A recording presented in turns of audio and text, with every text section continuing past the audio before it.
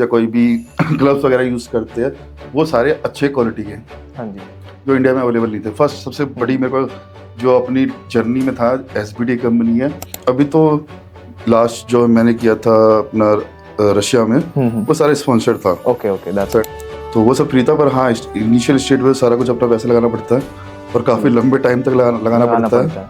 हमारी कोई भी सेविंग, एक एथलीट से कभी सेविंग नहीं हो सकती हमारी इतनी कि हमें हरदम कम ही रहा है। इंजीनियरिंग भी करा, एमबीए भी किया, तो थोड़ा आपको ऐसा फील नहीं हुआ कि मैं मतलब पढ़ाई में ऑलरेडी इतनी चीज़ें कर चुका हूँ एंड फिर मेरे को एक कॉर्पोरेट नौकरी कर लेनी चाहिए? क्यों? प्योरनेस हमारी सब्जियों में था या हमारी उसमें है। हाँ, वो कहते हैं कि उन्होंने वक्त के साथ अपनी साइंस को बहुत अच्छा डेवलप किया है। जिम का यही है कि नंबर 1 अभी जो इंडिया में सबसे फर्स्ट टाइम मैंने ओपन किया है पूरा, और इसमें सब कुछ आपको इक्विपमेंट मिलेगा, पावर लिफ्टिंग से लेके कोई भी स्ट्रेंथ गेम से। Hello everyone, welcome to Sports Talk. Akshdeep this side, and I am today here with India's strongest man, Mr. Lalit Yadav, the only international player who have represented our country in Russia and only record holder in the country. So Lalit sir, first of all, thank you so much for coming here and giving us your precious time. So let's start with the conversation. First of all, I'm honored to meet you. You are one of the strongest people in the country. And the first person who win the medal in an international platform. Yes. Not the first person who goes outside and plays the international. Sorry, I missed that point, but yeah. क्योंकि काफी लोग गए पहले लोग गए हैं, but you are the only person जिन्होंने वहां जाके अभी हमारे देश के लिए एक मेडल लिया है। किसी पुणे में I got 3rd medal in Russia under 110 category. तो ये कह सकते हैं कि first person who win the medal, but not the first person who represented. Okay. तो sir, first of all I तो वांट टू स्टार्ट थोड़ा स्टार्टिंग से। हमारा नीश क्वेश्चन होता है कि आपकी जर्नी स्टार्ट कैसे हुई, मतलब कि फर्स्ट थिंग की ये शुरुआत इसकी, मतलब एक जैसे स्टार्टिंग से, जैसे मैं एथलीट था, मैंने क्रिकेट से शुरुआत करी, पर जो एज एन एथलेटिक जर्नी आपकी शुरुआत? एथलेटिक का तो ये था, मतलब बचपन से स्पोर्ट्स में जुड़े रहते, कहीं भी मौका मिलता था किसी न किसी स्पोर्ट्स में खेलते रहते, चाहे स्कूल और कॉलेजेस हो। हाँ, स्कूल कॉलेजेस में या इतनी अपॉर्चुनिटी का कोई बताने वाला नहीं था, या कोई कोच ऐसा हमें नहीं मिला था। काफ़ी लोगों को मिल जाता है कि कोई डायरेक्शन दे सके, कि कोच से जिसको कोच मिलता है वही एक गुरु ही मार्गदर्शन दिखाता है। तो हाँ, 11th-12th में चलते गए, खेलते गए, पर ऐसा कोई सच है स्टेट नेशनल कुछ नहीं था। कॉलेज लेवल पे आए, वहाँ भी ऐसा कुछ थोड़ा बहुत खेले, हाँ, जो जितना कॉलेज खेलते थे। जब इंजीनियरिंग करने के बाद, जब एमबीए भी किया, एमबीए करने के बाद जब सारे आसपास के, क्योंकि सब ग्रो अप हो चुके थे और सब अपने अपनी बिजी लाइफ में बिजी थे। पहले हम कुछ ना कुछ स्पोर्ट्स खेलते रहते थे, चाहे क्रिकेट हो, फुटबॉल हो, या कुछ भी हो, एक गेट टुगेदर बच्चे मिलके खेलते रहते। जब वो स्पोर्ट्स ही बंद हो गया, तब जिम ज्वाइन की। जिम ज्वाइन करने के बाद वहाँ एक स्पोर्ट ही वो तो था, किसी को देखते हुए डेडलिफ्ट करते हुए या स्क्वाट करते हुए देखते थे, तो मन करता था हाँ इतना तो हम भी कर सकते हैं।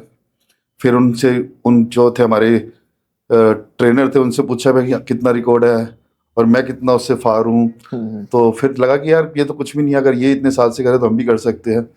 फिर फर्स्ट स्ट्रॉन्गमैन कंपटीशन में खेला था अपना, आई थिंक 2016-17 के बीच में था, जब सिर्फ इसीलिए गया था कि एक फेसबुक पे पोस्ट था कि किसी ने कहा था कि अगर 200 स्क्वाट है या 200 डेडलिफ्ट है तो अच्छा वहाँ पे जा सकते हैं। अब रियलिटी तो हमें नहीं पता था कि वहाँ ऐसा क्या था, पर ये था कि हाँ मन था कुछ ना कुछ खेलने का। जब वहाँ गए तो पता लगा कि जो भी 5-6-7 साल से इस गेम में लगे थे, मतलब स्ट्रेंथ गेम है, नॉट स्ट्रॉन्ग मैन, जब पावर लिफ्टिंग थे, पर वो गेम स्ट्रॉन्ग मैन का था। तब जाके वहाँ देखा कि हम तो सिर्फ 2 कदम पीछे है, ऐसा नहीं कि ये तो मैं भी कर सकता हूँ। तो वहाँ से वो एक भूख और एक खेलने की चाह तो स्टार्टिंग से थी। तो वहाँ से मेरी जर्नी स्टार्ट हुई थी, मेरा फर्स्ट कंपटीशन। फिर मेरे को लगा कि यार ये स्पोर्ट्स अच्छा है, इसमें ऐसा नहीं कि सिर्फ स्ट्रेंथ का गेम है, एंड्योरेंस, स्टैमिना सबका गेम है, भाग दौड़ सबका है, तो वो पूरा ओवरऑल बॉडी है का यूज़ होता है, इसलिए इस गेम को मैंने कंटिन्यू करा। वहाँ से मेरी जर्नी स्टार्ट हुई थी। तो सर, जैसे आपने बताया आपने इंजीनियरिंग भी करा, एमबीए भी किया, तो थोड़ा आपको ऐसा फील नहीं हुआ कि मैं मतलब पढ़ाई में ऑलरेडी इतनी चीजें कर चुका हूँ एंड फिर मेरे को एक कॉर्पोरेट नौकरी कर लेनी चाहिए? क्यों? फैक्ट सिंपल से था भाई, ना समझती ना समझाने वाला कोई था, जो आता गया वो लेते गए, जैसे चलते गए। मतलब जो आया ठीक है ये करना होगा ना, सब करते गए, ऐसा कुछ।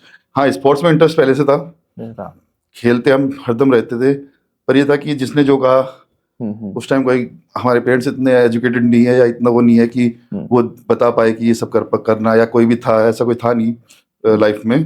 बट ये है कि हाँ ठीक है, दुनिया इस तरफ भाग रही है जी तो कोई आगे बताता है इस तरह भागो। हाँ जी तो बस वो था, उस भाग दौड़ की चाल में चलते रहे। मैं सिंपल से होता था कि ऐसे बहुत होता है कि बहुत इंजीनियरिंग कॉलेज खुले हुए हैं, बहुत एमबीए कॉलेज खुले हुए हैं, बस वो भाग दौड़ की जो चाल चल रही है। मैंने कहूँगा वेस्टेज है, बहुत कामयाब था। मैं 2-3 साल जॉब भी की थी कंटिन्यू इस फील्ड में। एमबीए करने इंजीनियरिंग करने के बाद लगभग 1.5 to 2 ईयर तक मैंने जॉब की है। और उसके बाद फिर एमबीए किया था, एमबीए के बाद भी जॉब की। उसके बाद जब कहते हैं कि पैसा आने लग गया स्टार्ट हाँ जी जेब में जी क्योंकि ये गेम थोड़ा काफ़ी पैसे डिमांड करता है, काफ़ी इसका बजट रहता है, काफ़ी इसकी वो रहती है एक्सपेंसेस। तब वहाँ से एक स्टार्ट हुआ था ज़्यादा मेन कि हाँ, तब खेलने में फिर मज़ा आया। सर एक चीज मेरे को पूछनी है, जैसे रिसेंटली अभी आपने अपना जिम भी खोला है स्ट्रॉन्ग मैन का, एंड आई थिंक इंडिया में हाँ, इट्स लाइक फर्स्ट जिम है इंडिया इंडिया का फर्स्ट जिम है जो स्ट्रॉन्ग मैन के लिए, जो प्रोफेशनल स्ट्रॉन्ग मैन का वहाँ पर प्रॉपर प्रैक्टिस कर सकते हैं। मोस्टली इक्विपमेंट है, क्योंकि जब हमने 2019 में मेरा अपना फर्स्ट इंटरनेशनल कंपटीशन खेला था, तो अब हमारी सबसे पहले ये था कि मैं बोलता हूँ हम बिना हथियार के वो वॉर में घुसे थे। जब आपके पास इक्विपमेंट ही नहीं, यानी कि हथियार ही नहीं, तो हम उसकी प्रैक्टिस कर रहे थे। तो फर्स्ट वो था 2019 में, हमने जैसे तैसे करके हमने अपने इक्विपमेंट खुद ही, मतलब इंडिया में कहते हैं देसी जुगाड़, कुछ कहते हैं हाँ भाई इंजीनियरिंग की थी तो थोड़ा सा मैकेनिक वहाँ भी लग गई। तो वो सब अरेंज करने के बाद हमने अपना स्टार्ट किया था। वहाँ भी कुछ पॉइंट से 2019 में कुछ जस्ट गेम बिफोर इंजरी आ गया था, जैसे गेम दिन था, नहीं तो वहाँ भी अच्छी परफॉर्मेंस थी मेरी, वहाँ भी मेडल लग सकता था। बट वो है कि जस्ट गेम में इंजरी और प्लेयर को सबसे रहते थे। जिम, हाँ जिम का यही है कि नंबर 1 अभी जो इंडिया में सबसे फर्स्ट टाइम मैंने ओपन किया है पूरा, और इसमें सब कुछ आपको इक्विपमेंट मिलेगा, पावर लिफ्टिंग से लेके कोई भी स्ट्रेंथ गेम से। तो इसमें और नॉर्मल एक कन्वेंशनल जिम में डिफरेंसेस क्या है, मतलब कैन यू एक्सप्लेन?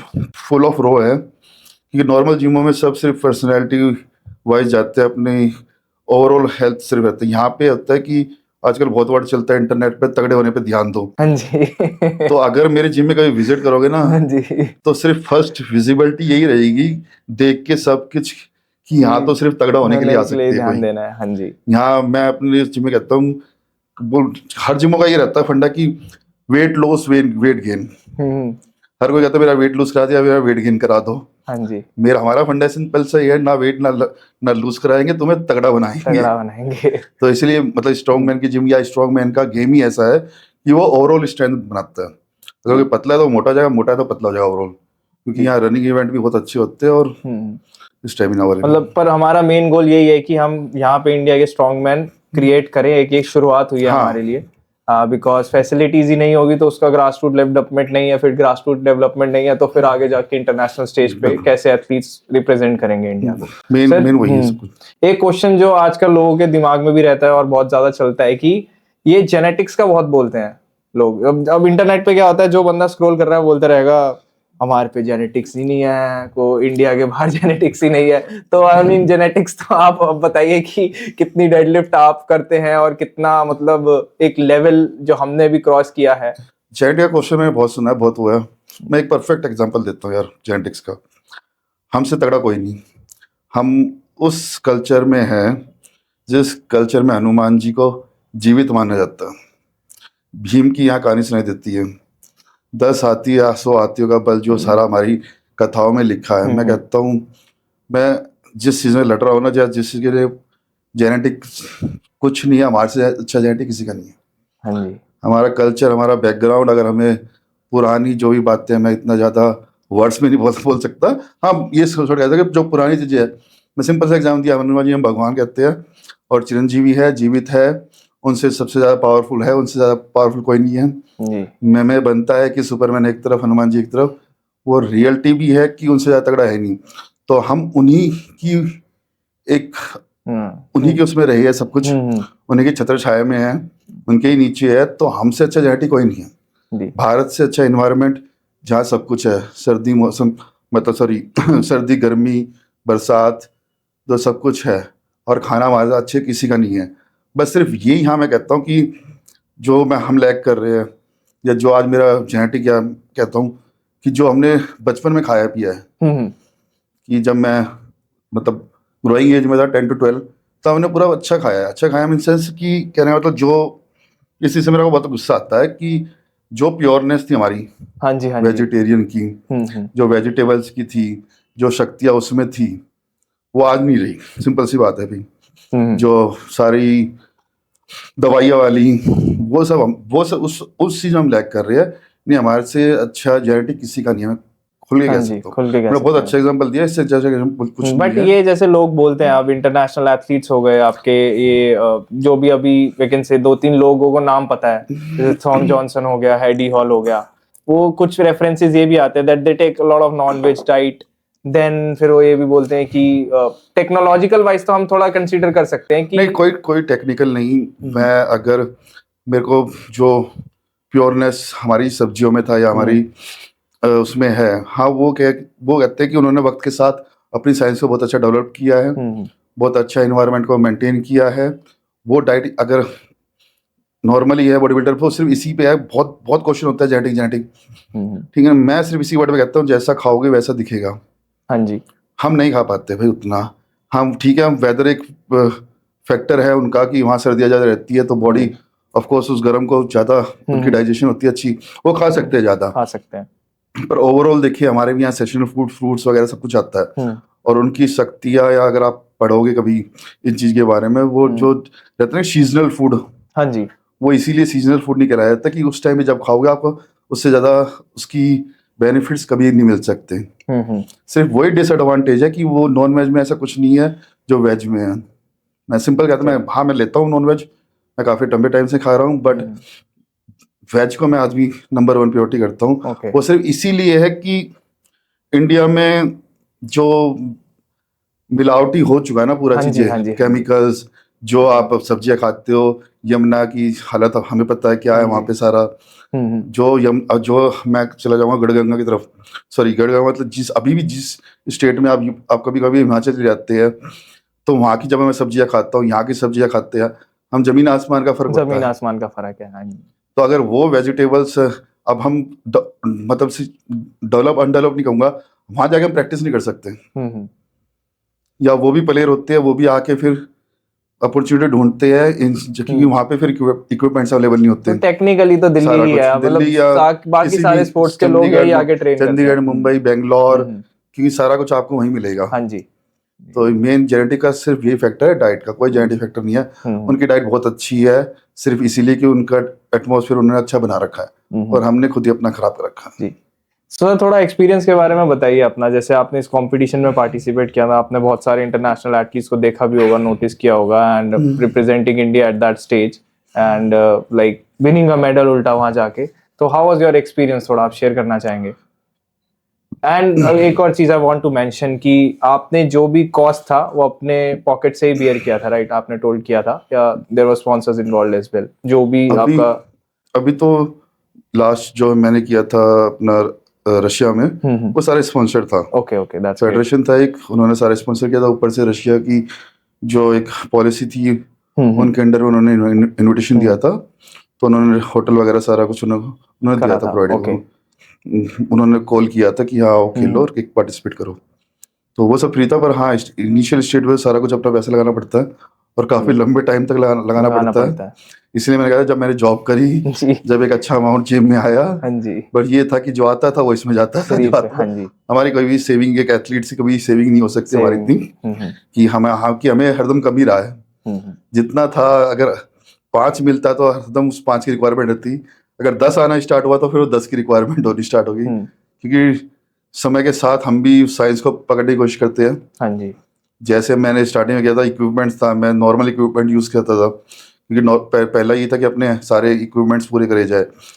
ये अपने इक्विपमेंट्स में मतलब जैसे आप हम ट्रेनिंग करते हैं, बेल्ट यूज़ करते हैं या कोई भी ग्लव्स वगैरह यूज़ करते हैं, वो सारे अच्छे क्वालिटी के, हाँ जी, जो इंडिया में अवेलेबल नहीं थे। फर्स्ट सबसे बड़ी मेरे को जो अपनी जर्नी में था, SBD कंपनी है जो वर्ल्ड वाइड स्ट्रॉन्गमैन का सबसे ज्यादा अच्छा सेफेस्ट इक्विपमेंट बनाती है, मतलब खुद की बॉडी के लिए। हाँ जी, मतलब इंजरी के भी चांसेस बहुत होते हैं, कम, इसमें ज्यादा होते हैं, तो इंडिया में अवेलेबल नहीं थी, वो सिर्फ इंटरनेशनल अवेलेबल थी, तो मेरे को उसका डबल कॉस्ट बेयरिंग करना पड़ता था।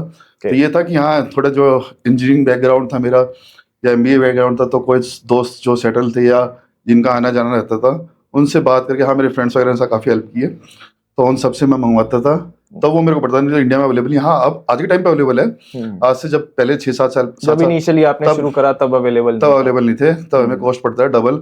अगर मैंने जो चीज़ मंगाई, अगर मैं खुद मंगाता तो अगर जो 10 की चीज़ है वो मेरे को 20 की मिलती। तो वो तो ये था कि प्लेयर कोई जाता रहता था या कोई मेरा दोस्त वगैरह जाता था तो वो ला देता था। ओके, तब फर्स्ट मैंने अपना बोल रहा था अपना। Glad to hear that sir. तो इससे ही हमारा ये क्वेश्चन बनता है अब कि आप जो डाइट लेते हैं, मतलब क्या क्या अभी आपका मतलब डाइट कैसी चल रही है और एक इसकी कॉस्टिंग कितनी बैठती है? Because as if someone wants to pursue as a strong man, तो कितना उसको प्रोटीन इंटेक लेना होगा और कितनी डाइट से एक शुरुआत कैसे करेगा और एक कैसे वो एक एलीट लेवल तक पहुंच पाएगा? एक स्ट्रांग मैन की जो प्रो एथलीट्स होते हैं उसके कहते हैं 10,000 तक कैलोरीज है। 10,000 कैलोरीज, 10,000 कैलोरीज जो हमारा एक वेग लैंग्वेज में एक्सप्लेन करना, 10,000 हाँ, 10,000 कैलोरी बस खाते रहो। हमारा अभी मैं बॉडी वेट है मेरा 126-7 और मेरे को इसको 145 टू 140 तक करना, 40-45, जहाँ तक मेरी ब्रेथिंग प्रॉब्लम या कोई हेल्थ इशू ना हो, क्योंकि हमारे में रनिंग भी बहुत जरूरी है पावर के साथ साथ। तो जब उतना करना है तो उतना खाना ही पड़ेगा। हाँ जी, हाँ जी। तो इसलिए वो इनटेक और वो खाना और महीने का खर्चा रफली काफी पड़ जाता है कि वो होता है कि जिस टाइम जो पॉकेट में जितना पॉकेट में अवेलेबल है उसी के अकॉर्डिंग हम फिर और इस डाइट को मतलब आप इसको खाते में क्या क्या चीजें हो गई? अंडे हो गया आपका, नॉनवेज हो गया, एंड ये कवर करने के लिए लाइक 3 टाइम्स आप मतलब इसको कैसे ब्रेक डाउन करते हैं? डाइट का एक मेंटेन रहता है जैसे कंपटीशन टाइम। हाँ थोड़ा सा इंडियन एथलीट्स के बारे में डाइट के बारे में मतलब बात करूँ, हम थोड़ा ये सोचते हैं कंपटीशन के टाइम पे ही सारी डाइट ले। हाँ जी। स्टार्टिंग में नहीं रहता या पूरे सीजन हमारा वो नहीं चलता, तो उसमें डाइट में ऐसा कुछ नहीं होता है। जितना भी राइस इंटेक है, नॉन वेज है, एग्स है, वेजिटेबल्स है, फ्रूट्स है, इन सब की एक पोर्शन का हमें वो मैनेज चलना पड़ता है। ये नहीं कि हम प्रोटीन पे रहे। अगर प्रोटीन लेते रहेंगे तो फाइबर नहीं लिया तो उस प्रोटीन का फायदा नहीं। हाँ जी, कि वो सही से डाइजेस्ट या यूटिलाइज नहीं होगा। एक बैलेंस डाइट बहुत एक बैलेंस डाइट होती है।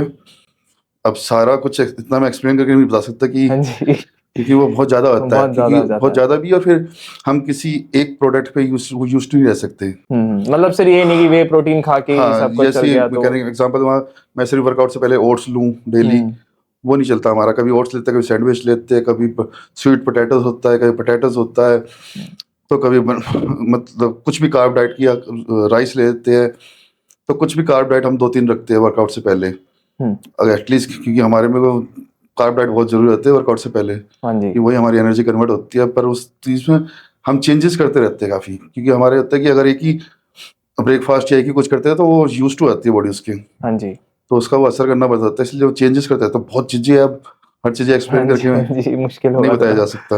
हाँ बट ये है कि कुछ चीज़ें बेसिक है कि ड्राई फ्रूट्स वगैरह हो गए, एग्स वगैरह हो गया, चिकन हो गया, फिश हो गया। वो शुरुआत तो उसको अपना डाइट इंटेक से ही बढ़ानी पड़ेगी, जितना हो खाए, एंड थोड़ा सा नहीं, वो फिर डाइजेशन भी तो नहीं होगा ना। डाइजेशन भी नहीं होगा, डाइजेस्ट नहीं होगा अगर वो शुरुआत में नहीं। बहुत बेबी स्टेप लेना पड़ता है मैं कहूँगा। आते ही जिम में या कभी भी सबका एक्सपीरियंस होता है, मेरे को डाइट बता दो, हाँ जी, मेरे को डाइट लिख के दे दो, मेरे को सारा वो बता दो, मैं जैसे कल से ही वो सारा कुछ खाने लग जाएगा बोल दिया। मैं उनको सिर्फ स्टेप्स बताता हूँ कि जो भी तुम्हारा, तुम एक दिन में मैं लिख के दे दूंगा और तुम नहीं कर पाओगे, मैं गारंटी दे रहा हूँ। तुम बहुत बेबी स्टेप करो। अच्छा आज तुम जिम ज्वाइन करी है, एटलीस्ट वर्कआउट से पहले कुछ कार्ब डाइट लो। मैं तुम्हें 3-4 ऑप्शन बता देता हूँ, पर वहां से स्टार्ट करो। दिन में जो एक डाइट है वहाँ स्प्राउट्स वगैरह, तो स्प्राउट्स लो स्टार्ट करो, कि तुम धीरे धीरे अपने आप डाइट करो। मैं इतना लिख दूंगा वो भूख ही नहीं लगेगी, क्योंकि बॉडी को हमें जो वर्कआउट करते स्टार्ट करते, जितना वर्कआउट करते उतनी हमारी भूख बढ़ती है, उतना मेटाबॉलिज्म लेवल अच्छा होता है। तो जितना वर्कआउट करते तब एक लेवल, एक टाइम आता है उतना, हाँ जी, कहते हैं 10,000 कैलोरीज बर्न करने के लिए, हाँ जी, हाँ जी, वो वर्कआउट भी उतना फिट जाता है हमारा। ओके सर, तो ये तो हो गया हमारा डाइट वाला पार्ट। कैन यू थोड़ा सा आप अपने शेड्यूल के बारे में बताइए कि दिन में कितनी ट्रेनिंग की डिमांड होती है, कि आपका एक शेड्यूल कैसे चलता है दिन की ट्रेनिंग का? स्ट्रॉन्गमैन सीजन और ऑफ सीजन दोनों? नहीं, स्ट्रॉन्गमैन ट्रेनिंग या लिफ्टिंग या कोई भी स्ट्रेंथ ट्रेनिंग में हमारा बॉडी वेट के जैसे ट्रेनिंग है, मेरा बॉडी वेट ऑलरेडी 123 है, तो हम हार्डली 4 to 5 days वर्कआउट करते हैं इन अ वीक। जो 1 या 2 दिन है उसमें थोड़ा सा इनिशियल मतलब मोबिलिटी या स्ट्रेचिंग वर्कआउट करते हैं। वो इसलिए होता है कि अगर मैं अपना बॉडी को एक दिन तोड़ता हूँ हमारा कम से कम 3-3.5-4 घंटे तक का वर्कआउट चला जाता है। हाँ जी। तो क्योंकि हमारा ड्यूरिंग द वर्कआउट हमें किसी किसी साइड में 10 से 15 मिनट रेस्ट कर लेके करना पड़ता है। तो वो बॉडी इतना तोड़ देता है कि हम 5 दिन वर्कआउट नहीं करते हैं। हाँ जी। जितनी बड़ी बॉडी वो उतना ब्रेक होता है और उसको रिकवरी में भी उतना ही टाइम लगता है, हाँ चाहे जी, आप कुछ भी कर लो। हम्म, तो इसलिए हम उसको उसी तरीके से मैनेज करते हैं कि 4 day a week, 5th day अपना कुछ मिक्स ट्रेनिंग ऑफ रखते हैं कि 2 दिन रेस्ट। कि वो हर चीज डिपेंड करता है कि आपकी बॉडी किस बिकॉज हम इंडियन ऑफ- एथलीट्स को मुझे लगता है फटीग समझ नहीं आती। हाँ, वही मैं बिकॉज बता रहा वो हूँ। कि ट्रेन करते रहो हाँ, वो हर किसी बॉडी को, मैं वही बोल रहा था, हर किसी को अपनी बॉडी का एक लेवल समझना पड़ता है हाँ जी। कि किसी की बॉडी रिस्पॉन्स जल्दी करती है, किसी की बॉडी रिस्पॉन्स जल्दी नहीं करती। और मेनली बड़ी बॉडी जो भी होती है अबव 100 kg, उसको टाइम लगता है रिकवरी होने में। तो उसका वर्कआउट शेड्यूल उसी हिसाब से रहता है कि वो जितना बॉडी का रिकवरी कर रहा है तो अच्छा है, नहीं कर रहा थोड़ा और रेस्ट लेके फिर उसी लोड पे हम उसको एक वॉल्यूम वर्कआउट, ये सब वर्कआउट में आप चले जाओगे तो फिर वो बहुत चीजें बहुत है, ज्यादा टेक्निकल समझ नहीं आ पाओगे। हाँ हाँ। जी। हाँ। तो सर अब अपने ट्रेनिंग कवर कर ली, डाइट खत्म कर दी, अब एक हम कंट्रोवर्शियल टॉपिक टच करना चाहेंगे यहाँ पे, that is steroid use. And थोड़ा सा लोगों को इस बारे में, मैं तो टू बी ऑनेस्ट ऐसे ही बताऊंगा कि informational edge negligible to zero ही होगी। बिकॉज अब कोई भी स्टोरी मैं देख रहा हूँ या कोई देख रहा है, इंटरनेट तो है ही, अब उस पर स्क्रॉल करते हुए किसी की बॉडी अच्छी बन गई, कोई बोल देता है इसने स्टीरॉइड ले रखे हैं, कोई एथलीट अच्छा परफॉर्म कर रहा है उसने बोल रखा है स्टीरॉइड ले रखे हैं। तो एक उसका थोड़ा सा लोगों को एक जेनरिक आइडिया दीजिए कि स्टीरॉइड यूज क्या होता है, ये क्या इससे बॉडी पे इम्पैक्ट होता है, और इसकी अगर आप मेंशन कर पाए कि कॉस्ट भी इन्वॉल्व होती है, बिकॉज इट्स नॉट समथिंग कि एक नॉर्मल एथलीट इसको अफोर्ड कर सकता है। स्टेरॉइड्स लेता है कोई, बताता कोई नहीं। एक कहावत है। हाँ जी। तो मैं इस चीज में बात करूंगा। तो अभी रिसेंटली जो नीरज चोपड़ा, हाँ जी। उनकी शादी हुई है, कांग्रेस।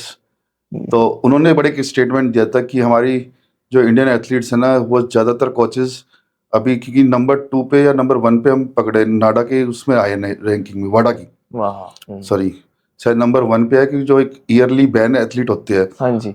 हर कंट्री का नाडा होता है जो भी है, तो वो नंबर ऑफ बैन एथलीट्स वाडा को स्टेटमेंट भेजता है। तो हमारे सबसे ज़्यादा थे, अरे बाप रे। अराउंड अप 88 समथिंग था। और जो दूसरे पे था उसका था सिर्फ 30 या 40, मतलब पूरी, आप एक बार देखना उसको, हाँ जी, हाँ जी। ये रिसेंटली था। तो 88 मतलब हमारे सबसे ज्यादा थे।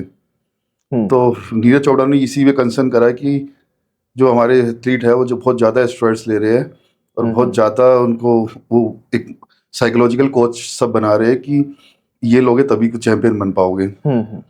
एक्चुअली क्या है, हर कंट्री लेती है, हर कंट्री, आज तक ऐसी सिंगल एक कंट्री बता दो जिसका खिलाड़ी बैन नहीं हुआ हो। हाँ जी।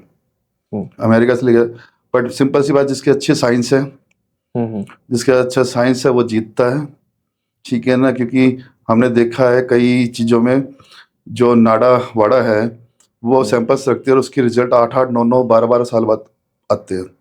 जो इंडिया में हमारे नहीं, जो वाडा ओके, वाडा है, वाडा ओलंपिक इंटरनेशनल बॉडी के है। आपका बॉडी टेस्ट रखते हैं, जिसकी वो अपना टेक्नोलॉजी जैसे जैसे डेवलप होती है वो वैसे वैसे पढ़ा जाता है। तो वो स्टोर करके रख लेते हैं उनका यूरिन एंड ब्लड सैंपल जो भी है, जो रखते हैं, तो वो सैंपल स्टोर करके रखते हैं। जैसे जैसे नई टेक्नोलॉजी आती है पकड़ने की, तब वो होते हैं। इसका हमारा जो सिल्वर मेडलिस्ट थे, नाम बोल रहा हूँ उनका मैं, बजरंग पुनिया बाद में थे, उनसे पहले जो बजरंग पुनिया के कोच वो थे सीनियर, दत्त, आज बीजेपी में है वो।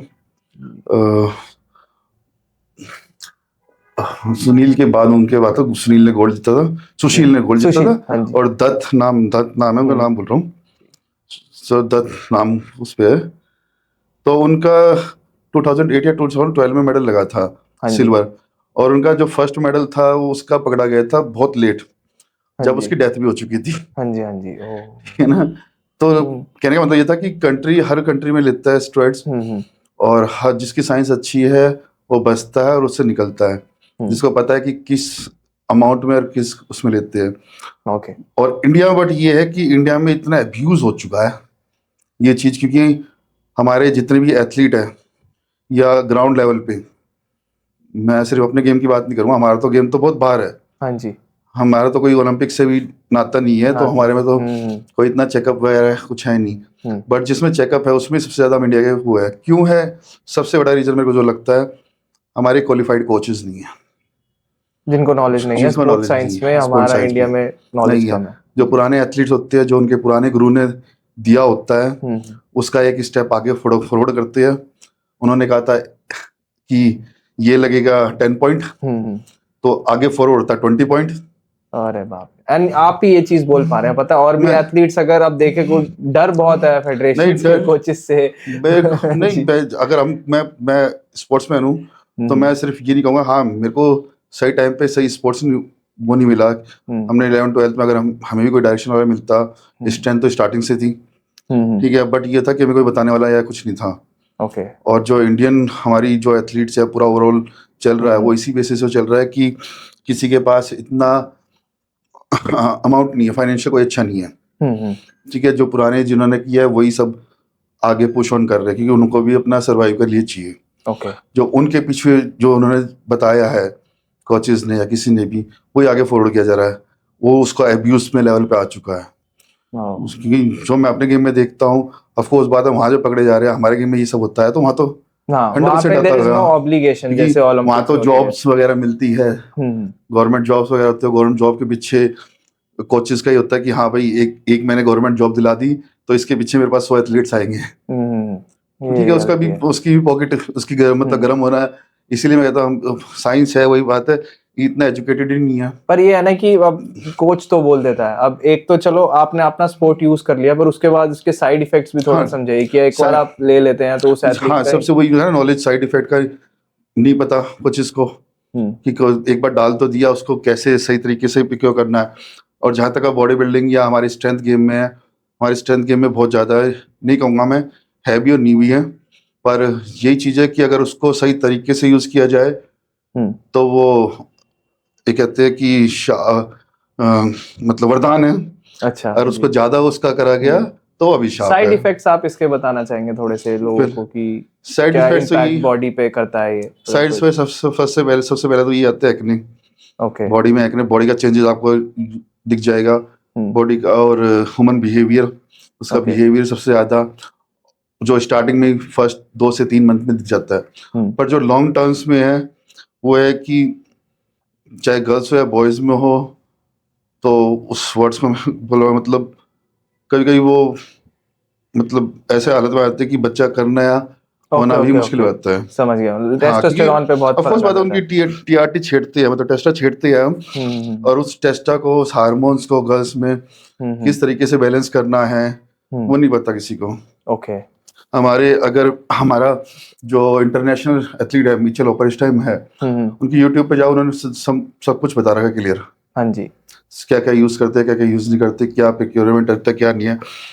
पर मैं जब भी देखता हूँ ये चीज देखता हूँ, और हम जो करते हैं, मैं कहूँगा वो कि यूट्यूब पे तो देख लिया, बट उसका प्रैक्टिकल इम्प्लीमेंटेशन जब आप लाइफ में देखो एंड वो चीज ही प्रैक्टिकल नहीं, चैंपियन तो बन नहीं सकता।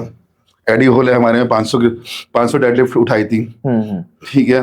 अब हर कोई सामान लेके आज तक एक 35 लाख का प्राइस अमाउंट रखा है यूरोप में, जिसको एडी 5 साल हो गए, और उस अमाउंट को 505 डेडलिफ्ट लिखा कर, उसको तो आज तक कोई सामान लेके तोड़ नहीं पाया। अगर एस्ट्रॉयड में इतनी जान होती तो 35 लाख कोई कम नहीं होते।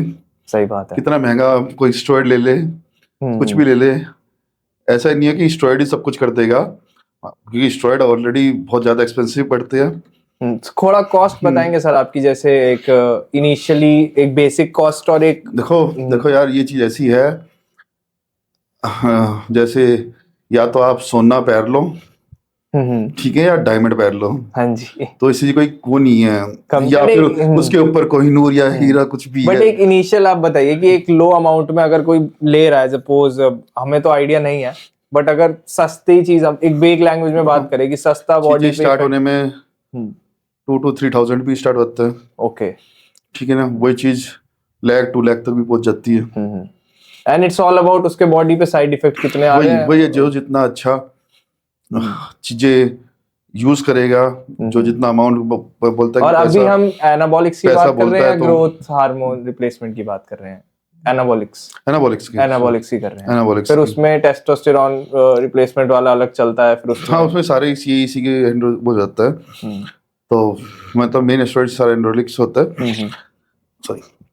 तो इसमें ये साइड इफेक्ट नहीं, बस वो ये कि भाई जितना अच्छा लोगे उतना उतनी वो साइड इफेक्ट कम होगा। साइड इफेक्ट कम होंगे बॉडी को। हाँ HGH होते हैं, ग्रोथ हार्मोन्स होते हैं, उनको अच्छी तरह चलाए तो सही तरीके से रखता है बॉडी को, सही सब कुछ रखता है।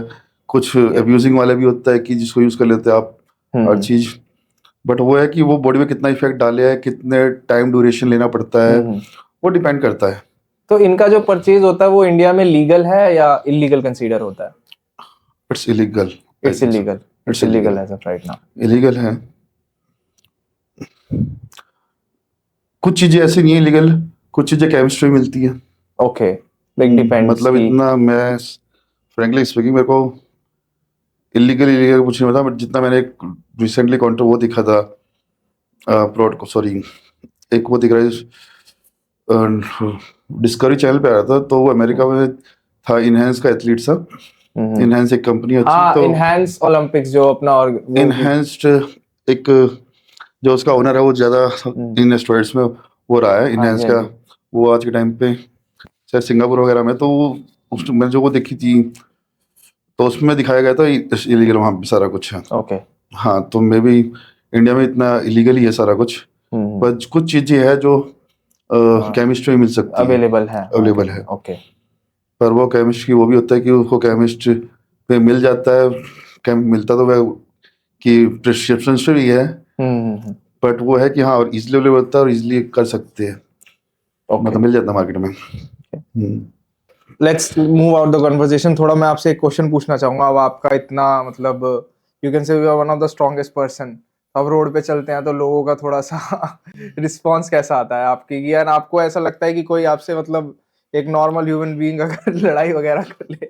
और लोग ये भी बोलते हैं जो स्टीरॉइड यूज लोग करते हैं उनको थोड़ा सा हॉट हेड रहता है, तो आपको कभी ऐसी सिचुएशन आई है कि थोड़ा सा लगाओ कि हाँ एग्रेसिव तो नेचर वाइज वेट उठा उठा के बन जाते हैं, बट हाँ टच वुड मेरे साथ ये रहा है कि मैं काफ़ी स्टार्टिंग से शांत स्वभाव का रहा हूँ इंसान, कि ये चीज़ें ना मैंने कभी हैवी नहीं दी, ना मैं कभी इतना अब्यूज़ जितना साइंस हमारे मेरे साथ कुछ अच्छे कोचेस या कुछ अच्छे जुड़े हुए तो अच्छी बात है।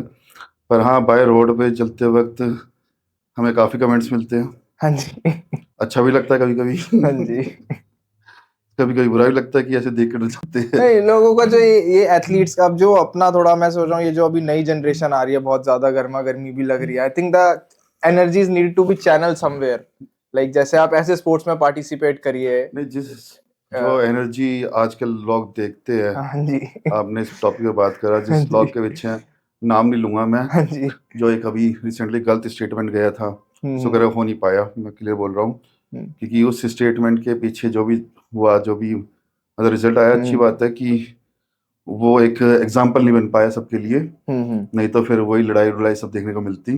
क्योंकि हम कौन सी स्टेटमेंट सर, आइडिया रिलेटेड हम बात कर रहे हैं इस टाइम, वो हॉट टॉपिक है जी थोड़ा बताइए। बताऊं तो क्या, आजकल बस ये होता है कि यहाँ मिलो वहाँ मिलो। अच्छा हाँ मतलब हाँ I think the energy is needed to be channelled. Aggressiveness वहीं से आती है जो हमारे सोशल मीडिया पे लोकेशन गेम होते हैं। हाँ जी जो जहाँ से स्टार्ट हो उसका ग्राउंड लेवल में मैं जानता हूँ, ठीक है, उसका रूट सब जानता हूँ, या क्या था जो कहते हैं ना, अभी कह रहे कि हम ज्यादा एग्रेसिव बन जाते हैं, कुछ उन्हीं चीजों की डिसएडवांटेज वो थी ये, जो चीजें बढ़ती गई, और अब कोर्स वाले लोगों को तो एंटरटेनमेंट पसंद है। हाँ जी, मतलब पर ये है ना कि एक चीज मैं बोलना चाहूंगा कि I mean as an athlete the person we are talking about अच्छा कर रहा है, इंडिया के लिए अच्छा कर रहा है, बट वो हमारे को एज अ सोसाइटी डेवलप होना पड़ेगा कि यार आप एथलीट हो, जरूरी नहीं हर चीज में मसाला हो, कुछ हो। एथलीट मसाला वाली बात नहीं, हमें बहुत सुनने को भी मिलता है, कुछ अपने आप को हट कर देते हैं कि हमारा गेम या कुछ भी ऐसा होता है कि सिर्फ 1 या 2 साल या 3 साल में चैंपियन नहीं बनता, ठीक है, लंबे टाइम तक लगे रहते हैं तब जाके कुछ निकलता है। एग्जैक्टली स्ट्रेंथ गेम है तो नॉर्मल सी बात है, हम एग्रेसिव रहते ही है, और वो हमें एग्रेसिव दिखानी पड़ती है। हम आयरन के साथ खेलते हैं, हाँ जी तो उसको सॉफ्ट से प्यार से नहीं समझाया जा सकता, जितना हम एग्रेसिव रहेंगे तभी हमारी एग्रेसिवनेस निकलती है। पर यह है कि आउटसाइड ऑफ द जिम और आउटसाइड ऑफ द केज कह सकते हैं कि उतना ही शांत स्वभाव होकर हमें चलना पड़ता है। और एज ए एथलीट्स, चाहे वो किसी भी गेम का या किसी भी होता है, and it is for everyone, जो भी आपके साथ every जो game, स्पोर्ट कर रहे हैं। everyone at the time of cage you have more aggressive, जितना हो सकता है उतना अच्छी। पर उसके बाद एक एज ए एथलीट आपको बहुत शांत स्वभाव में रहना पड़ता है, क्योंकि हमें नहीं पता था कि वक्त क्या वो करता है, और हमारी जरा सी इंजरी पूरे हमारे साल को खराब कर देगी। मैं कभी 11th-12th में था, तब एक कोच ने कहा था कि वो खेल नहीं पाया, मतलब या किसी गेम, मतलब एक प्लेयर खेल नहीं पाया था क्या, और वो उस टाइम पे बेस्ट निकल रहा था अपना। ठीक है, तो क्या तू उस तब कोच ने कहा था कि ये तेरे से खेल सकता है, सब कुछ हो सकता है, क्या पता अगले टाइम पे तेरे को इंजरी हो जाए। सही बात है सर। ठीक है ना, तो वो वक्त का कोई भरोसा नहीं होता। हाँ जी। जैसे मेरे साथ भी रहा है काफी टाइम।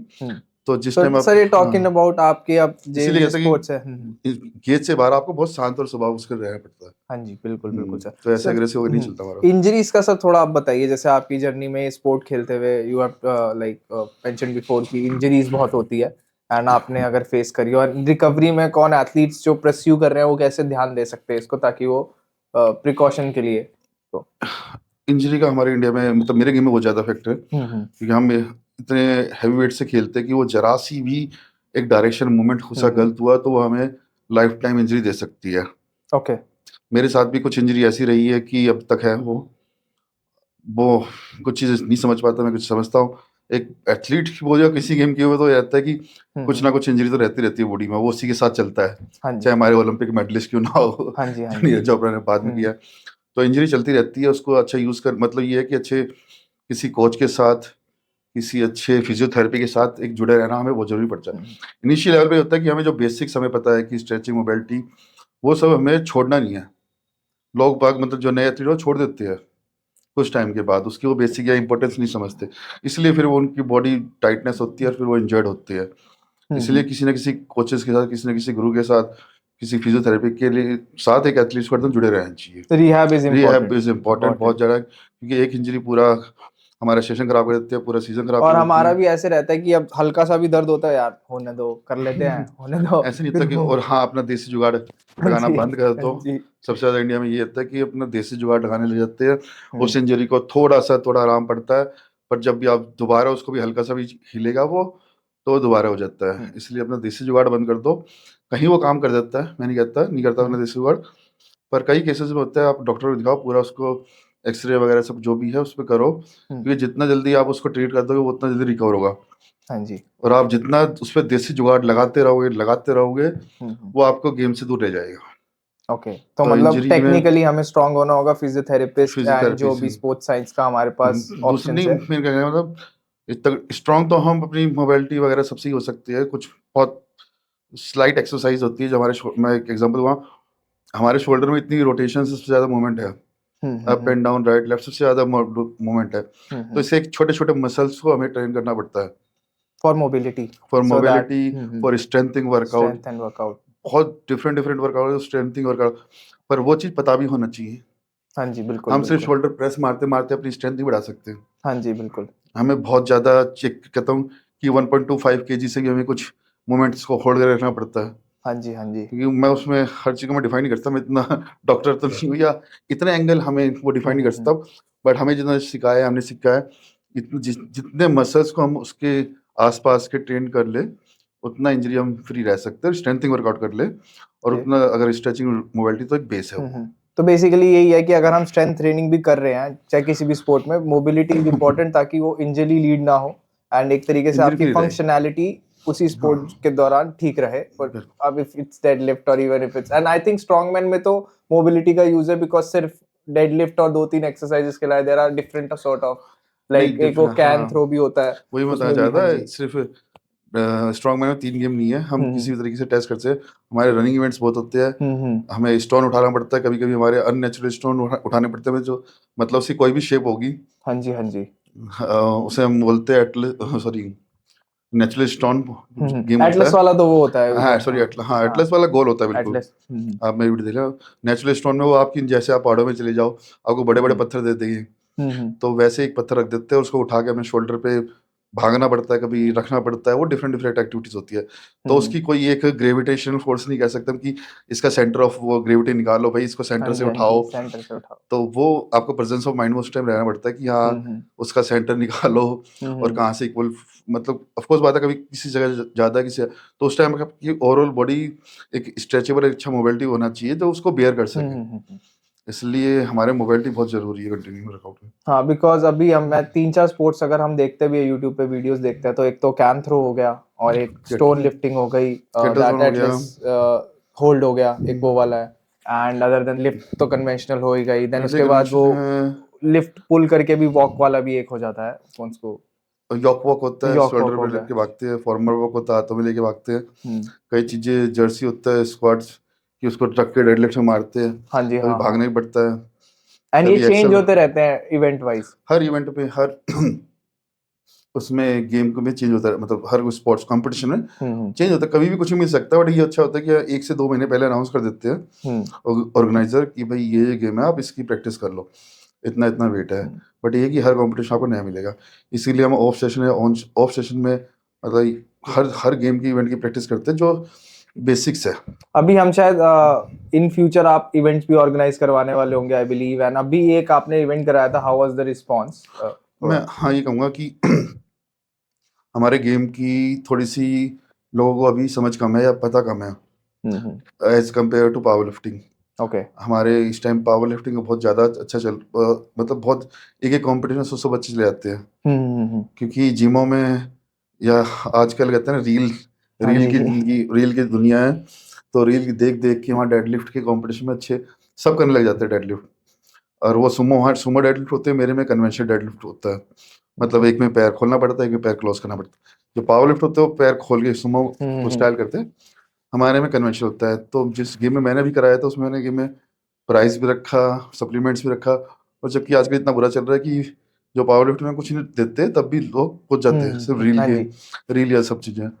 और यहाँ पे डरते हैं हम्म, कन्वेंशनल या फिर सैंड बैग जैसे मैं करा, हम्म, किस तरह से वो सेम अमाउंट है वो हम उठा पाएंगे नहीं उठा पाएंगे। हम्म, और एज जो भी एथलीट्स चार पांच भी जो खेले थे उन सबने हम्म, अच्छा परफॉर्म किया, सबने उठाया इतना वेट। हम्म, पर वो पहले ही साइकोलॉजी बन जाती है कि यार हम सुमो करते हैं, कन्वेंशनल कैसे करें। तो हमारे गेम की थोड़ी सी नॉलेज कम है।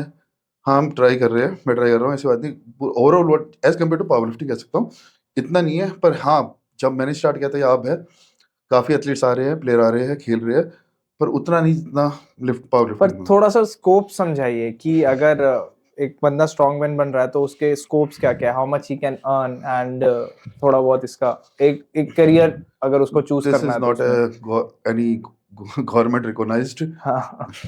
ओके। और कोई भी वो नहीं है कि किसी तरीके से भी आपको अगर सरकारी जॉब मिलेगी या कुछ भी मिलेगी।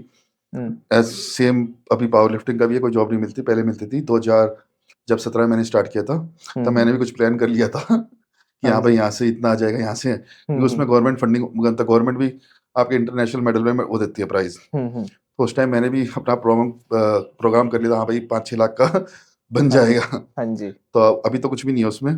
हाँ जहाँ तक स्कोप है स्ट्रॉन्ग मैन में उसमें मैं तो खेलता हूँ अपने पैशन से कि हम्म, किसी ना किसी गेम से जुड़े होते हैं। पर हमारा जो इंडस्ट्री है सबसे ज़्यादा बूम पे fitness industry all over the world.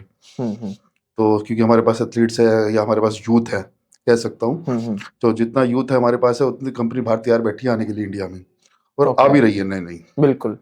आ भी रही है, प्रोटीन्स की बहुत कंपनियां आ चुकी।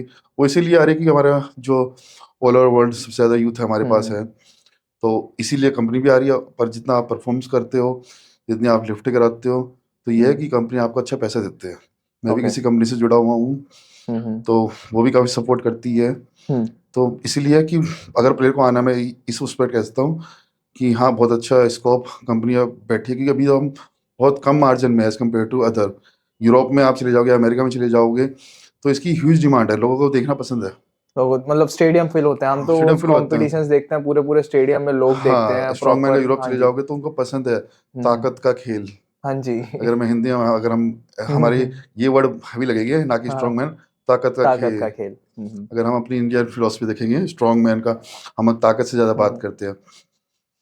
तो वो स्कोप बहुत अच्छा है इंडिया का, हम भी क्रिएट करना चाह रहे हैं वो कल्चर, कि जो एक पहले कल्चर था, महाराजा देखते थे ताकत बैठ के, कभी कोई शेर शेर मतलब कुछ भी लड़ते थे, देखते थे कि उनका एक हम्म, वो होता था पूरा। तो ताकत देखना हर किसी को पसंद है, हाँ जी। और बाहर ज़्यादा ही लिमिट में होता है वही कल्चर।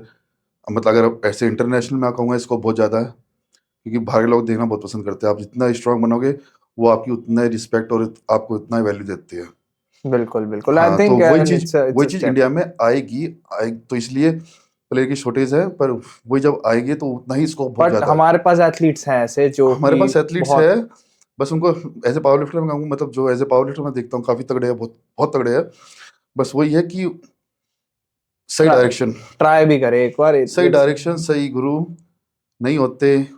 अब जैसे मैं अपना एग्जांपल दूंगा, मैं इस गेम में था मेरे, मैंने अच्छा प्राइज भी रखा था। जो गेम बच्चे खेलते भी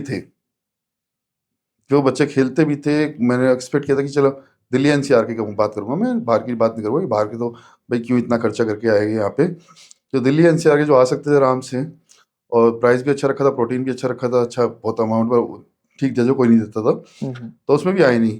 तो फिर ये होता है ना कि हमारे की सौ कॉल्ड गुरु जी ने अलाउ नहीं किया। अरे वो कहते हैं कि मैं तो इसी चीज़ में रहा नहीं भाई, एज ए एथलीट मेरे को अपॉर्चुनिटी चाहिए। हम्म एज एथलीट पता नहीं क्यों या क्या नहीं आया, इसकी मैं थोड़ा सा करूँगा सर्च वगैरह। जी। बट जो लगता है जैसे कि भाई जो खेलते थे वो क्यों नहीं आया, चलो कुछ खेलते हैं तो उनको तो अपॉर्चुनिटी मिली थी ना। बट हाँ, ये कि परमिशन नहीं मिली। अरे ये सब भी रहता है इट्स अ हमारे इंडिया में डिफिकल्टी। बहुत ज्यादा। पावर लिफ्टिंग में कुछ भी होता है बहुत ज्यादा रहते हैं, गुरुओं को मनाना, फिर ऑफिशियल को हाथ जोड़ के रखना, उनके नीचे दबके रहना, या ये फिर वो रहता है कि ये हमें डायरेक्शन देना बंद कर देंगे। उनको मैं कहता हूँ डायरेक्शन उनको मिली है कुछ, अगर अगर उनको अच्छी डायरेक्शन मिली होती तो या हाँ पता जी, होता तो सही, बिल्कुल सही बात वो है। आपको रियलिटी दिखाते हैं। थोड़ा सा ना वो एडजस्ट करने में डरते हैं लोग, और वो ये है कि एक्चुअली एक क्या है, रूट्स। हर कोई कमाने की सोचता है, रियलिटी नहीं दिखाता। बिल्कुल बिल्कुल सही बात है। चने की छाड़ में जरा मेरे जैसे बात नहीं कर, बोलने का आप बोल देते हैं कि इतनी इतनी बड़ी बड़ी बातें कि इंटरनेशनल खिला देंगे। हम्म कई ऐसे मेडल है जिसको कहते हैं कि छोड़ो वो बात नहीं करूंगा। हमारे इंटरनेशनल क्या होता है, कोचेस में बाहर जाके किसी फेडरेशन में खेल के जहाँ सिर्फ 3 प्लेयर हो गए और तीसरा प्लेयर आप हो गए, आप सिल्वर मेडलिस्ट कहलाओगे, आप कहलाओगे वर्ल्ड में आपका 3rd मेडल आया है। हम्म। एज ए लेमैन पर्सन में बात करूंगा तो आपको तो नहीं पता ना कौन सी फेडरेशन के अंदर क्या आया है। बिल्कुल नहीं। जब मैं खेल गया मेरे पास 8 कंट्री था, पूरा रिकॉर्ड है, सब कुछ है, हाँ जी ठीक बिल्कुल। है ना। अब गुरु क्या होता है कि उसका 2 पैसे बनाने के चक्कर में वहां भेज देता है, हम्म उसका मेडल आ गया, लेमैन के उसके पेड़ या किसी भी उसके उसमें होता है, हम्म। उसी से और उसको ये 10 पैसे नेशनल मिलते हैं। फेडरेशंस की बात कर रहे हैं, हम इंटरनेशनल अब फेडरेशंस की इंटरनेशनल बात। फेडरेशन की, हमारे गेम इंटर में कोई एक ऐसी फेडरेशन नहीं है, हर कंट्री में 15-15 20-20 फेडरेशन बन के है। अगर हम्म मैं सॉरी, अगर मैंने अपनी world strong sorry India strongman federation घोषित कर दिया तो कहाँ रजिस्ट्रेशन कराने की जरूरत पड़ रही है या कुछ भी है, बिल्कुल। बच्चों को तो पता ही नहीं होता।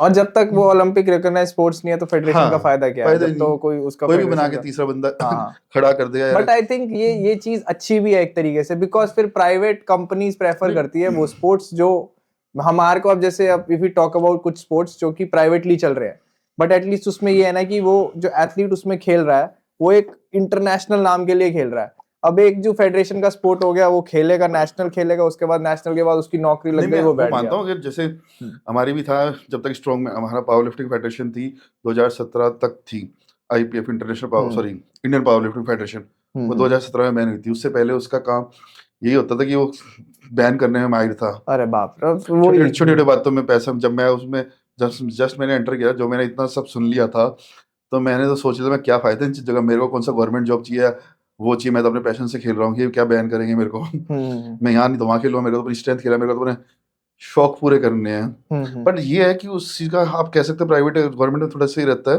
बट प्राइवेट वो फिर इतना होता है कि बच्चों को पता ही नहीं होता ना कि एटलीस्ट कौन कितना रियलिटी है, एग्जैक्टली। कौन रियलिटी है।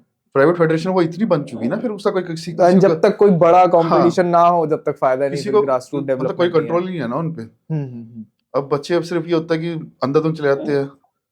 अब ओके। उनको भाई जो ऑर्गेनाइजर है उनको तो पैसे कमाने के लिए मिल रहा है ना सही तरीके से, इसलिए होता है कि एंड इनका जो इंटरनेशनल कॉम्पिटिशन्स का स्कोप है अभी, यूरोप में आपने बताया, यूएस में होता है, बाकी कंट्रीज में भी होता है, जैसे अपनी हमारे एशियन हमारे कंट्रीज, एशिया में कम है। China, Japan. हाँ, वही बता रहा, हमारे एशिया में कम कम है इसका, स्ट्रॉन्गमैन का ज़्यादा नहीं है। चाइना वाले तो एकदम नए नए ट्राई करते रहते हो, तो इंटरनेशनल एथलीट्स को बुला बुला के वो अपना पूरा करने की कोशिश कर रहे हैं सारा कुछ, क्योंकि वो तो हर स्पोर्ट्स को छेड़ते हैं। वो सिंपल सी बात है, वो यूएसए टक्कर लेने की कोशिश करता, तो हर स्ट्रॉन्ग को उसमें छेड़ता, क्योंकि हमारा जो एक माना जाता है, कोई गवर्नमेंट रिक्वायरमेंट कुछ नहीं है, वर्ल्ड स्ट्रॉन्गमैन फेडरेशन माना जाता है, जो मतलब पता नहीं 1970 जो भी चलती है, आज से 40 साल से चल रही है। फेडरेशन तो और भी है। और इसका क्राइटेरिया क्या है, जैसे हाँ, पार्टिसिपेशन का? वो पार्टिसिपेशन पहले तो था कि आर्नोल्ड क्लासिक खेला जाता था, तब उनका सिलेक्शन होता था, पर कोविड के बाद से काफी नियम वगैरह चेंज हो आर्नोल्ड गए। क्लासिक बॉडी बिल्डिंग हाँ, कंपटीशन आर्नोल्ड में स्ट्रॉन्ग मैन भी होता है। ओके ओके, उसमें हाँ, तो स्ट्रॉन्गमैन वहां से कंपटीशन भी भी होता है। वहां से भी प्लेयर को सिलेक्ट किया जाता है। कोई भी इंटरनेशनल अच्छा, आज के टाइम पे कोई भी इंटरनेशनल अच्छा उसमें परफॉर्म करता है, एक इंटरनेशनल प्लेटफॉर्म पे जीतता है, तो उसको वर्ल्ड स्ट्रॉन्गमैन फेडरेशन इनविटेशन देती है। तो और इसकी जो कॉस्ट होती है, जब तक आपको कोई स्पॉन्सर नहीं मिल रहा तो आपको खुद से बियर करनी है? हाँ, अगर क्योंकि जो वर्ल्ड स्ट्रॉन्गमैन फेडरेशन का होता है, जो मेरा टारगेट है, जहाँ पे वर्ल्ड के सिर्फ सबसे जहाँ आता है, फेडरेशन और भी है, और औरों के भी वर्ल्ड स्ट्रॉन्गमैन बनते हैं, पर हमारे कम्युनिटी में इतना है, सब मानते हैं, तो एक ही मानते हैं कि हाँ भाई, हाँ वर्ल्ड स्ट्रॉन्गमैन बना, तो वो जो खेलते हैं टॉप 30 में, उनमें से जो एक बनता है, वही उस साल का वर्ल्ड स्ट्रॉन्गमैन है। अभी आप 2025 में मेरे ख्याल इस कंपटीशन के लिए ट्राई भी कर रहे हैं। हाँ, 2025 में मेरा टारगेट था, पर कोविड की वजह से काफ़ी चीज़ें हमारी वो ये कि जब मैंने स्टार्ट किया था आज से 5 साल से पहले, तो हमने 2000 जो मेरे कोचेस थे या जो भी मेंटर थे, जो है सॉरी, तो उन्होंने हम 2025 का टारगेट लेके चले थे, तो कुछ इंजरीज की वजह से, कुछ कोविड की वजह से, इतना अपॉर्चुनिटी ना मिलने की वजह से, क्योंकि पहले इंडिया में 19 में होने लग गए थे ये तो कंपटीशन, पर ये था कि अभी हम बाहर जाना था, तो बाहर जाने के लिए जब तक खेलते नहीं है, जब तक कंपनीज हमें स्पॉन्सर नहीं करती, सारा फाइनेंशियल सपोर्ट बहुत जरूरी होता है, क्योंकि अभी भी लैग कर रहे हैं, अभी भी हमें इंटरनेशनल कोचिंग की रिक्वायरमेंट है मेरे को। अभी मेरा टारगेट यही है कि जितना जल्दी हो सके थोड़ा और अच्छी कंपनी से वो मतलब अपॉर्चुनिटी मिले कि एक इंटरनेशनल कोच करे, क्योंकि हमें हमारे इंडिया में स्ट्रॉन्गमैन गेम की कोई वो नहीं है कोचेस। हमें कुछ प्रोग्राम्स का मतलब जो भी सीखा हूँ नेट से सीखी है, जो भी पढ़ के वहीं से सीखी है, एक जो भी फेलो एथलीट्स है, एक दूसरे की कमियां निकाल के वो सब सीखी है। बट ये है कि मैं सिंपल सी फैक्ट कहता हूँ, जो टारगेट है वो बिना गुरु के, जो स्टार्टिंग में बोला था, बिना गुरु के या बिना गाइडेंस के नहीं जीता जा सकता या नहीं अचीव किया जा सकता। तो अभी मेरी फर्स्ट प्रायोरिटी यही है कि जितनी जल्दी हो मैं फाइनेंशियली सेटल हूँ, सही तरीके से मेरा एक बैलेंस आ जाए जितना जल्दी हो सके, कि कुछ चीज़ें हाथ में आती है, कुछ चीज़ चली भी जाती है, बिल्कुल एक्सपेक्टेशन बहुत होते हैं, तो हाँ टाइम लग रहा है, बट मैं इतना श्योर हूँ कि अगले 3 से 4 महीने में स्टार्ट कर दूंगा, क्योंकि कुछ थोड़ी सी इंजरी है वो मेरे को ठीक करने के बाद मैं लेना स्टार्ट करूंगा, और तब तक थोड़ा सा फाइनेंस भी थोड़ा सा ठीक ठाक करने की कोशिश करेंगे। बट ये है कि हाँ टारगेट ये है 3 से 4 महीने में, इस साल के एंड तक, इस साल के एंड तक की ये है कि हाँ उन जो एथलीट्स के, क्योंकि मेरे इस साल 2 गेम है ऑलरेडी, जो जिसका मेरे पास इनविटेशन आ चुका, कि कई फेडरेशन या कई कंट्रीज होती है जो आपको इनविटेशन भेजती है। एक वो कंपटीशन कौन सा जो आपने बताया था जिसमें सबसे ज्यादा स्ट्रीमिंग होती है, यूएस में होता है वो, जिसमें सब पार्टिसिपेट करते हैं वो? हाँ, वो लाइव सिस्टम आर्नोल्ड क्लासिक का ही होता है। आर्नोल्ड क्लासिक का ही होता है। हाँ, रफ वाली भी कराती है। तो जैसे हम अब सिंगापुर में कंपटीशन होगा, जिन्होंने लास्ट ईयर किया था, वो भी एक इंटरनेशनल एथलीट्स को इनविटेशन देते हैं, इसका उनकी लिफ्टें देख के, उनकी परफॉर्मेंस देख के ऑनलाइन वगैरह, तो वहाँ से मेरे को इनविटेशन आया हुआ है एक ऑलरेडी। एक हमारा जुलाई में कंपटीशन है दुबई में, उसका भी इनविटेशन आया हुआ है। तो ये 2 कंपटीशन जो ओपन में मेरे को खेलने हैं, फर्स्ट टाइम मैं खेलूंगा ओपन कैटेगरी में, जहाँ मतलब मेरे से अच्छी हाइट के और अच्छे वेटेड कैटेगरी में रहे। हाँ, बट ये है कि जैसे 110 में मैंने अपने 2 से 3 कंपटीशन खेलने के बाद जीता था, क्योंकि मेरे को फर्स्ट जब कंपटीशन दुबई में खेलने गए थे लास्ट ईयर मार्च में, तब हमें वो सब चीजें पता ही नहीं थी कि ऐसे ऐसे करना होता है। वहां से गलतियां सीखे और वहां पे हम इम्प्लीमेंट करा, नहीं अब तो हम कर देंगे काम। मतलब ऐसे नहीं था कि वो तगड़े है या हम मतलब वो ज्यादा स्ट्रांग है, हम कम स्ट्रांग है, नहीं, हमसे ज्यादा स्ट्रांग नहीं थे वो, जो भी जीतता था हमसे फर्स्ट सेकंड जो था। बस हमारा यही था कि हमारे पास इन एक्सपीरियंस थे, हम एक्सपीरियंस नहीं थे। हम ये नहीं कह सकते कि एक श्रीलंका या नई टीम आती क्रिकेट में आके वर्ल्ड कप जीत जाए। जी, सही, बिल्कुल सही बात या है क्रिकेट में वही है, तो वही धीरे धीरे टेक्नोलॉजी डेवलप होगी, टेक्नोलॉजी वहां से जो कमियां होती है वो सब सीखेंगे।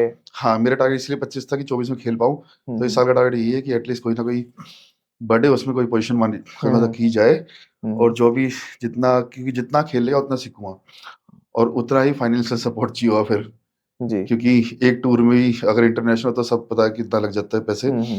बट ये है कि जिस गेम के लिए मैं निकला हूँ, सबसे ताकतवर हाँ जी. स्ट्रॉन्गेस्ट इंडिया का And you are जो representing India to हाँ be at और that जो platform. हमारे जो मानते हैं हम सब, ठीक है ना, उनको प्रूव करने के लिए, क्योंकि हमें बाहर जो विदेशी थे बाहर कहते थे मोदी आने के बाद, मोदी जी के आने के बाद तो सपेरा से हटे हम हाँ जी, हाँ जी. कि ये तो बहुत है। तो हम्म, ऐसे ताकत में अभी हमें दिखाया नहीं है सही तरीके से बिल्कुल. वर्ल्ड को कि बिल्कुल. स्ट्रॉन्ग मैन में जो हमारी स्टोरीज है वो रियल कितनी है, तो उसको प्रूव करना और उसको दिखाना, उस पर निकला हूँ, तो वही दिखाएंगे कंपटीशन में जरूर कुछ सालों में बिल्कुल. अगले। बिल्कुल sir. Thank you so much sir for coming here on this podcast, and we wish you all the very best for your further competitions, and it was a pleasure meeting you. Hi everyone, Akshdeep this side. So if you liked our video, please subscribe to our channel and to gain more insight on sports science and sports related stuff.